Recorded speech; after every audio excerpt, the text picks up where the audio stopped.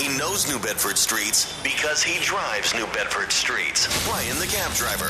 This is Brian's Beat on 1420 WBSM, New Bedford's news talk station. How brainwashed folks are. I also asked a question during the show yesterday. What is the constitutionally legal best way to stop terrorism? I haven't heard it. I don't think we need gun restriction. I don't think we need the terror watch list. I think the main problem comes from the different things that we do, we as a country, not you personally, but we as a country do overseas. For instance, look what's happening in the Middle East. When did all of this really start? Now, it's been going on for centuries.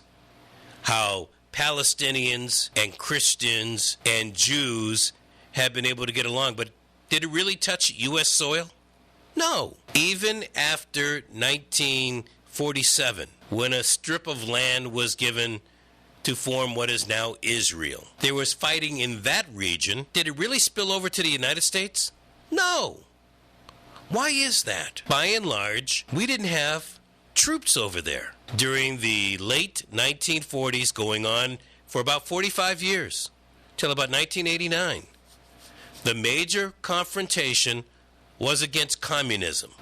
Depending on your age, you went through different drills thinking that the Russians are coming. The commies. Remember that?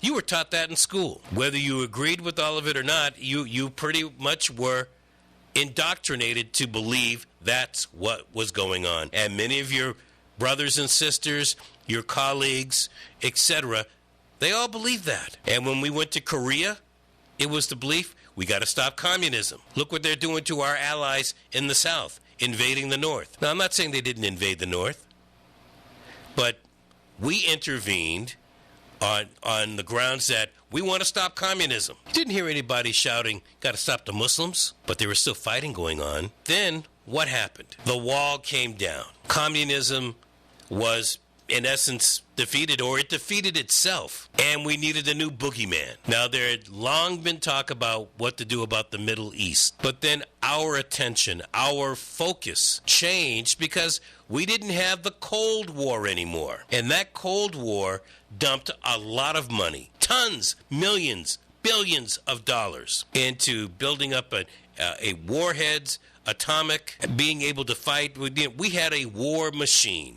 And basically that machine targeted two main countries, China and the Soviet Union, and then the satellite countries, which would have been North Korea, again, the war in Vietnam. Let us not forget Cuba. After that all ended, we needed somebody else to keep on building up that war arsenal. We needed to make sure that the CIA had people that they could confront and write propaganda literature about. We needed a military who would focus on something else. Enter Iran. Now, I know that happened in the late 1970s, but back then, wasn't Saddam Hussein on our side? Of course he was. And then, of course, the war with the Scud missiles really had nothing to do with us, but we decided that we would interject. George H.W. Bush decided that we would interject, that it was necessary. We had to stop Saddam Hussein from taking over Kuwait. Why? Think about it. We intervened, and we also intervened to make sure that nothing happened to Israel. We intervened, and it stayed like that. Weapons of mass destruction. What else could it be? Colin Powell told us. And let's not forget 9/11. And leading into 9/11, we certainly had the first attack on the World Trade Center. But why was this all happening? Because the United States was intervening over there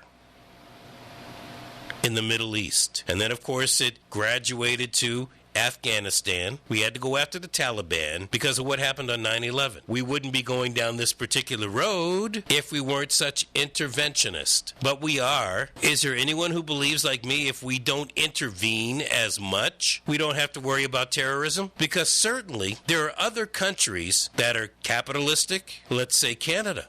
How many attacks like this are happening in Canada? How many attacks like this are happening? We talked about Switzerland the other day. Nobody's attacking Switzerland. Why is that? Could it be because they are a neutral country? Brian's Beat.